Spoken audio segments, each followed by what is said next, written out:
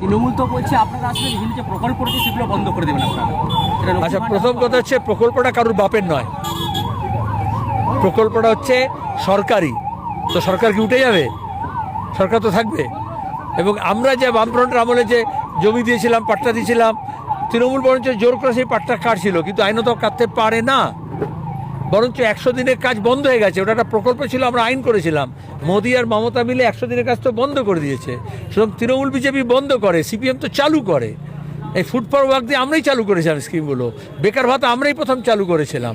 বরঞ্চ দুর্নীতি বন্ধ হবে, তাহলে যারা পাচ্ছে না তারাও পাবে, আর যে যত পাচ্ছে আরও বেশি পাবে। কারণ কাউকে কাটমানি দিতে হবে না। ঘরের টাকার জন্য তৃণমূলকে টাকা দিতে হয়, তখন কাউকে টাকা দিতে হবে না। বামফ্রন্ট ক্ষমতায় আসলে তারা কি করবে সাধারণ মানুষের জন্য, যেটা তৃণমূল করে?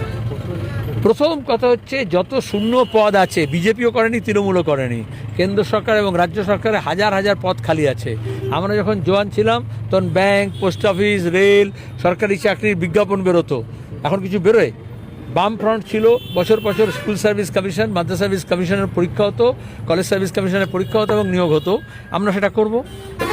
আমরা এই নিয়োগটাকে নিয়ম মতো করবো এবং কাউকে কোনো ঘুষ দিতে হবে না। দুই হচ্ছে, যারা কন্ট্রাকচুয়াল ঠিকে কাজ করে, সরকারি যারা স্কিম ওয়ার্কার, তাদের সব কাজ পার্মানেন্ট করা হবে। এটা কোনো কথার কথা না। 77 যখন বামফ্রন্ট সরকার এসেছিল, তখন যারা স্কুলে, কলেজে, পলিটেকনিকে, আইটিআইতে যারা ঠিকে কাজ করতো, কন্ট্রাকচুয়াল ছিল, তাদের সবাইকে আমরা পার্মানেন্ট করেছিলাম। হেলথ ডিপার্টমেন্টে যত কন্ট্রাকচুয়াল ছিল তাদেরকে পার্মানেন্ট করেছিলাম। এখন যারা scheme worker, ICDS, mid day meal, তোমার কি আশা কর্মী, তাদেরও, এবং সিভিক ভলেন্টিয়ার্স, তাদেরকেও কম মাইনে কাজ করানো হয়। আমরা তাদেরকে পুরো মাইনে দেবো, ন্যূনতম 22,000 টাকা বেতন, এবং ছুটি ছাটা সব থাকবে, পার্মানেন্ট চাকরি হবে।